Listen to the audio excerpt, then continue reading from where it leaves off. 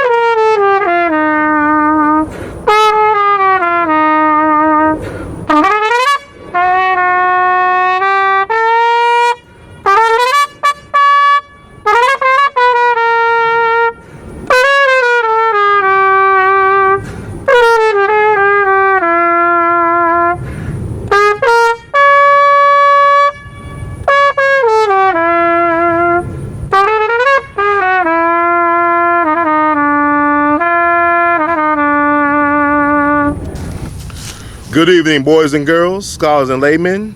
This is your host for the Empowerment Edutainment segment, Brother Ron, also known as R2C2H2. And you are currently in the We All Be News and Entertainment Radio-free, news-free Dixie Zone. Right now I'm broadcasting live, Ground Zero Black History. I'm broadcasting from the resting place of the mortal remains of Brother DREd Scott. I'm in Calvary Cemetery on a beautiful Sunday afternoon. This is a very gorgeous cemetery. Some of my favorite places in the world is to come to cemeteries because it's so peaceful, so beautiful, especially historic ones with legendary figures buried here. There's a lot of interesting people buried in Calvary Cemetery. You actually got General William Sherman, the guy who burned down Atlanta. That General Sherman, Civil War hero to some, villain to others, he's buried in this cemetery along with some other notables.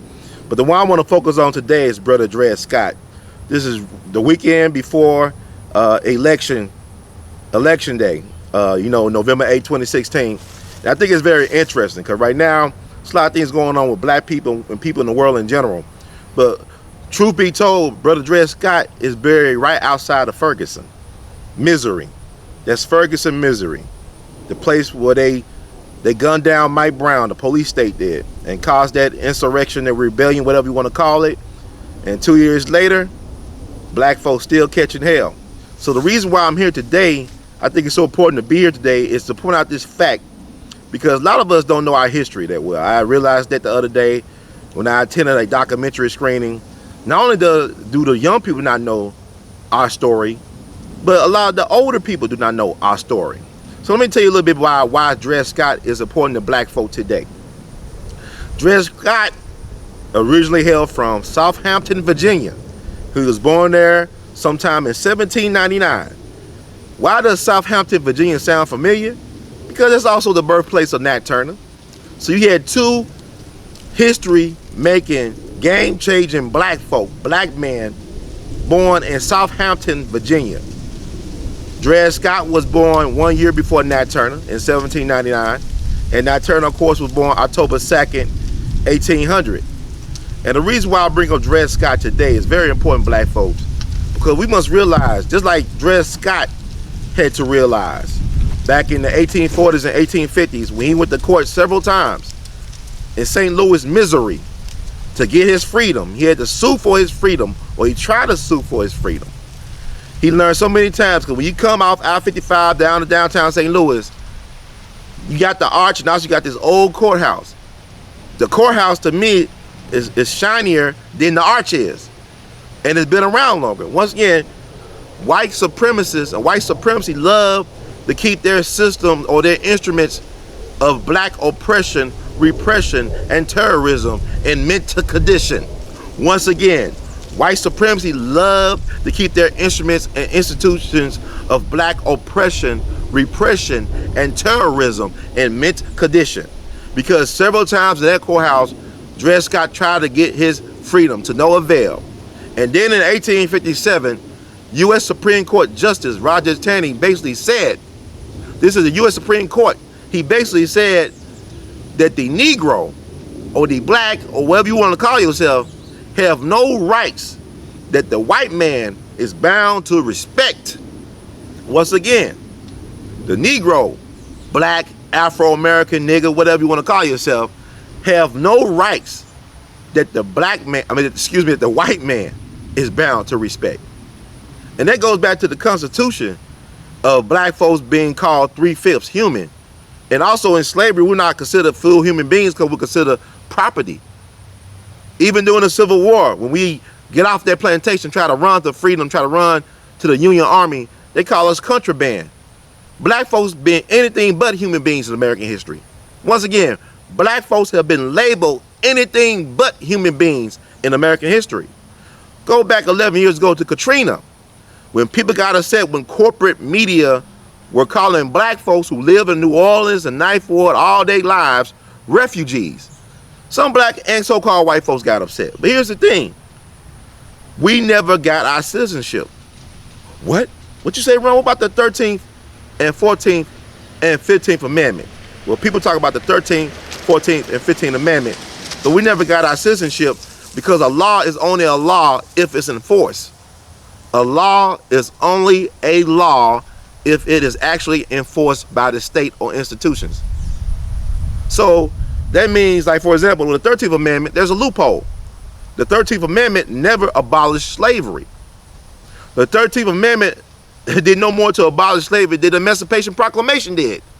The Emancipation Proclamation, which was issued January 1863, did not abolish slavery because Abraham Lincoln at the time and his government was involved in fighting a civil war. And when he said we're going to free the slaves he was talking about he was going to free, he had no jurisdiction over because they were still held by the Confederacy. So you got to get beyond this BS, because American history, as it's taught, is mythology.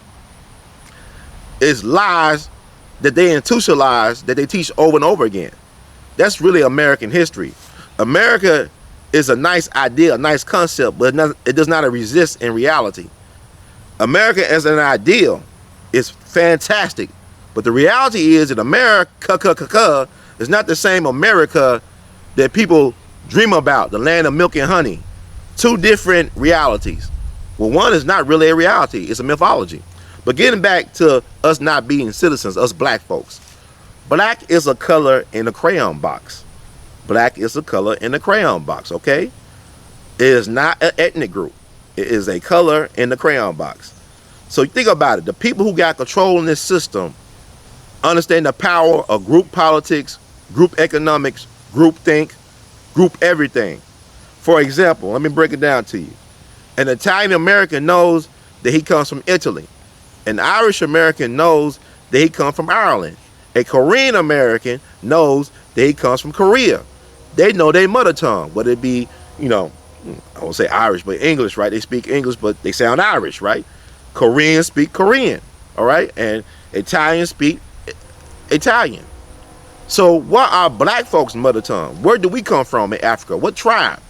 See, the greatest crime they committed against so-called black folks in the country is the theft of our identity, the theft of our religion, the theft of our origins. See, you don't know your identity because all the foundation of everything you learn, you gotta have the foundation of knowledge of self. Because if you don't know who you are, where you come from, you can never know what you could truly become. So we basically got cut off at the knees, not knowing who we really are. So get back to Dred Scott. Roger Taney, U.S. Supreme Court Justice, said that the blacks have no rights that a white man or white supremacy is bound to respect. But however, Dred Scott was eventually freed, but he only had less than a year of freedom, so-called freedom. Because really, if you was a free black in America at that time, you still was not free. Because you had to carry around your freeman papers and stuff like that. Think about this. The fact that they had to pass a Voting Rights Act. If we got citizenship, voting rights should come with the citizenship. How come you got to pass special amendments and laws in order to protect African Americans' so-called right to vote? If you got to vote on renewing your voting rights like you do your license, you have no citizenship, because voting is just a privilege that comes with citizenship. You have no citizenship. Because think about this. I always tell people that ownership is more important than citizenship. In the system of white supremacy, ownership is more important than citizenship. Research the mafia. Some of the most powerful mob gangsters, captain bosses of all time, what we want to call them, El Capo de Tutti Capis, bosses of bosses. When they came to America, they never got their citizenship.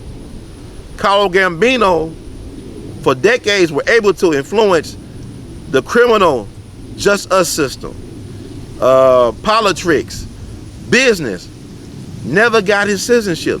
Came over here as a young man back in the early 20s, at the age of 19, from Italy.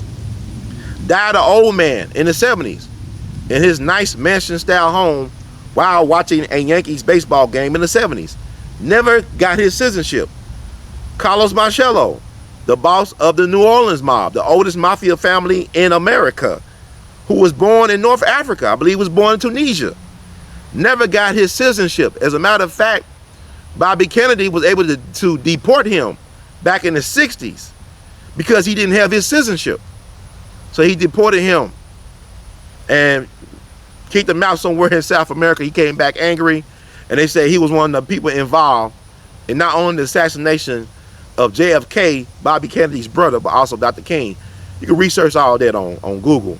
Just giving y'all a little tidbit. But you got people that came over here.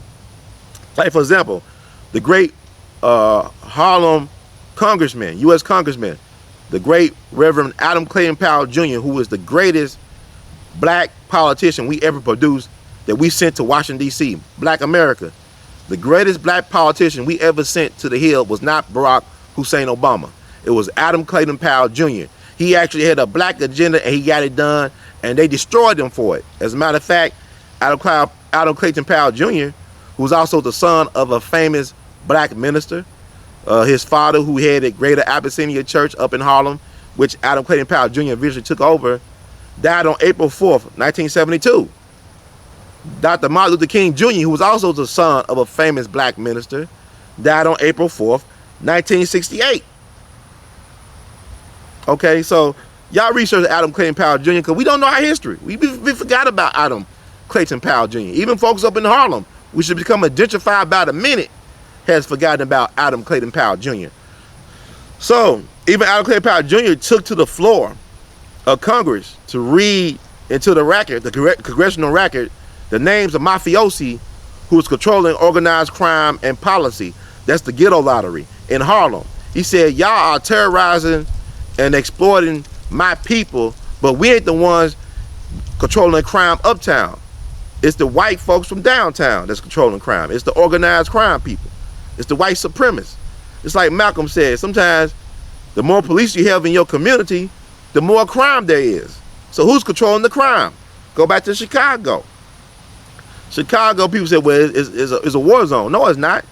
It's certain pockets of Chicago that has a systemic terrorism going on. That means it's controlled by the system.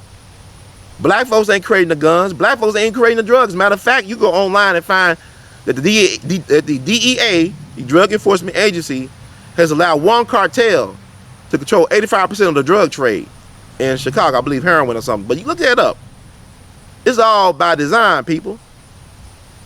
The FBI was created not by taking down the so-called public enemies of John Dillinger, Babyface and all them guys, Bunny and Clyde, but by taking down one Marcus Mosiah Garvey, the greatest mass leader that Black America has ever seen. The first black FBI agent, James Wormley Jones, Agent 800, was hired to neutralize Marcus Garvey. What they did to Marcus Garvey laid the foundation for what they did to the black leaders in the 50s, 60s, and 70s through the FBI program called COINTELPRO. But anyway, I'll get back to it. Okay, so everybody comes over here like 100 years ago. 100 plus years ago, Italians and Irish and Jews were not considered white. They were considered niggers. But the reason why they was able to become white, because they got control of institutions and organizations. For example, the Irish took over the police departments on the East Coast. You know, maybe the Italians took over the fire departments on the East Coast. They started organizing. Once they got institutional power, they became an honorary white at the table of white supremacy. Once you get institutional control, you push yourself in the place, your organization, your group in the place to set policy. If you can control your institutions and set policy, then you got real power. Black folks got potential for power. Our problem is that we don't know our group identity. We can't settle on a group identity. We don't know our mother tongue. And therein lies the problem, because what they do, the Italians and Irish and every other ethnic group that comes to America, they rally around their native identity, their mother tongue, their culture. And until we have a better understanding of who we are as black people, or bigger than black, as you know, whoever we're supposed to be, because we can't decide on what to call ourselves, we will never become the citizens we deserve to become. Because we've been here before there was an America. We fought in every war. There's nothing that is left for black folks to prove themselves to be so-called worthy of so-called American citizenship. We have done everything. Donald Trump is the nominee for the Republican Party for President of the United States. Donald Trump's grandfather came to America a little bit over 100 years ago. My people been in America since its beginning and before. Black folks were already, or Africans were already over in America before there was a Columbus, okay? Before he even came close here. So, people, DREd Scott was an enslaved African. And what I'm telling you right now, that black people in the year 2016 is no better off in terms of our citizenship status than DREd Scott was in 1857.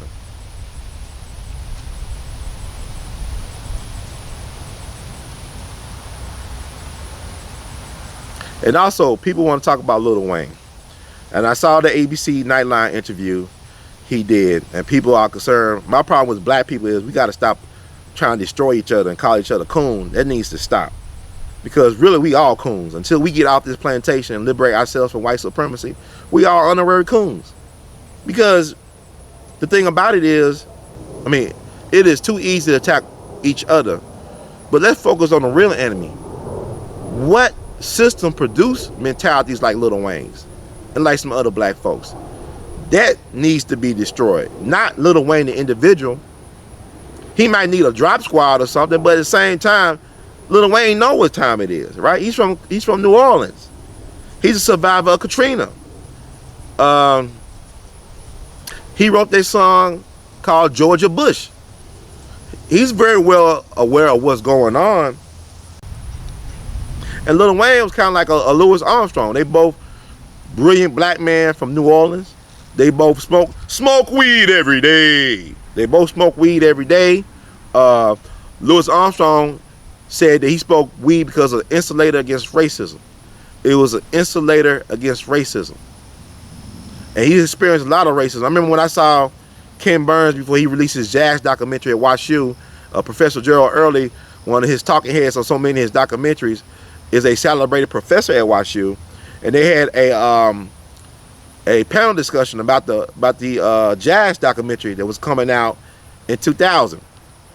And so I was sitting next to this white privileged, this white supremacist couple, very well off white people, I guess well-meaning white folks, I guess so-called liberals. And we was talking about Louis Armstrong. They said, "Oh yeah, we love Satchmo. We love him. We love Satchmo." And I was telling him how he experienced a lot of racism in his career. And then he said he used to smoke weed every day as an insulator against racism. And he looked at me and said, "How what you talking about, buddy? Louis Armstrong experienced racism?" So that was back in 99, 2000. So with Lil Wayne, he just came out with his diary about his time in Rikers. And also I would tell people to read Louis Armstrong letters. There's a book that's been out about Louis Armstrong. They have some of his letters in his own words. Louis Armstrong didn't have a lot of formal education, but the guy was brilliant. Not only was he a brilliant trumpet player and singer and innovator, but also he was a deep thinker. And I would tell anybody, go get his one of his books. They have his letters in it, and read his words for himself. Very deep thinker, very interesting person. But like Lil Wayne, Louis Armstrong used his talent as a passport in order to navigate in a system of white supremacy, racism. Once again, he used his talents just like Lil Wayne as a passport to navigate in a system of white supremacy, racism. See, black folks are magical, but we also real human beings. We are the original human beings. We are the parents of civilization and humanity. H-U-E-manity, humanity. So, Lil Wayne is kind of like a trickster. You know, he knows how to reinvent himself. That's always been part of the African narrative. We are magical. We are alchemists, because we take poison and turn it into the cure. We could take a poison and turn it into the cure. We're a very spiritual people. I ain't say religious, I say spiritual. Religion and spirituality are two different things. Religion is more political than spiritual. I have met ministers who were great ministers, but they were atheists. And that's another story. But as I stand here,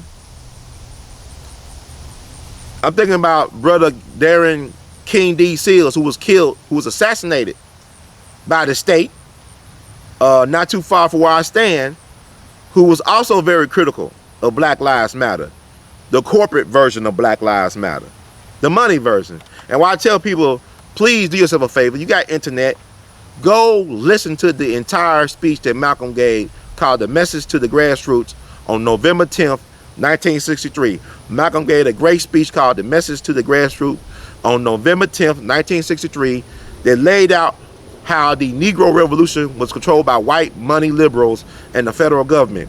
To paraphrase Malcolm X, he said that the Negro Revolution will be controlled by the federal government and white foxy liberals, but the Black Revolution will be controlled by God. Once again, Brother Malcolm said that the Negro Revolution will be controlled by white foxy liberals, liberals, and the government, but the Black Revolution will be controlled by God. So what I'm telling you is, Malcolm laid out how the March on Washington became the farce on Washington, because it was the white leadership and the Kennedy administration, the white liberals, that chose the leaders, the so-called Big Six, that chose how they was going to conduct themselves, that we had to improve of the speaker lists, of the speakers list, excuse me. So listen to that speech he gave, that lecture, you know, about 53 years ago, November 10th. It's a damn shame that it still applies today as we talk about this Black Lives Matter movement. Follow the money. So Darren King D. Seals was correct that something fishy was going on, because it was the grassroots in Ferguson, brothers like Darren Seals, who rose up and made the world aware of what was going on in Ferguson. But what the world probably didn't realize, that the one person who was buried outside of Ferguson that ties all this stuff up is Brother DREd Scott in Calvary Cemetery, who let us know today in 2016, as I stand here, that black folks are not free. We are still not free. We don't even know who we are. Yeah, we got all this information, this so-called age of Aquarius, all this information, sensory overload. We have no idea who we are. And to think about it, what was going on in Southampton to produce a Nat Turner and DREd Scott? What was going on in 1800 to produce black men with that mentality? See, back then they were closer to Africa than we were now. See, back then they were closer to Africa than we are now. Think about that. Nat Turner's mom was from Egypt, or Ethiopia. She was from Eastern Africa, from the land of the blacks. So, wrapping it up, please do your due diligence, because you are responsible for your education. Like Brother Malcolm said years ago, only a fool will let their enemies be the primary educators of their children. Once again, only a fool will let their enemies be the primary educators of their children. But in conclusion, ladies and gentlemen, scholars and laymen, boys and girls, it is up to you to self-educate yourself, to liberate yourself from this ignorance. Everybody is ignorant on some level to many different things, but nobody's stupid. Ignorance is potential, because just because you ignorant, all it means, it doesn't mean you're stupid, you just don't know. So make what you don't know known. And this is why I do what I do the best I can. I want to thank everybody for supporting what I'm doing and what we are doing, because we are together. We all be movement. If you're watching this, please share this, from my page, from the channel. Don't re-upload it, because I'm traveling around the country interviewing people, and it's like a one-man show right now, and I want to do some big things. And so I need you all help. If you have benefited from any of the work that I've been doing, please donate, spread the word, because I got some things that are going to benefit all of us. But you can't rob the people that's helping you all the time, because when you rob the people that help you, you're really robbing yourself. So in the words of the great Duke Ellington family, we love you madly. Keep on producing and pushing, and I'm out.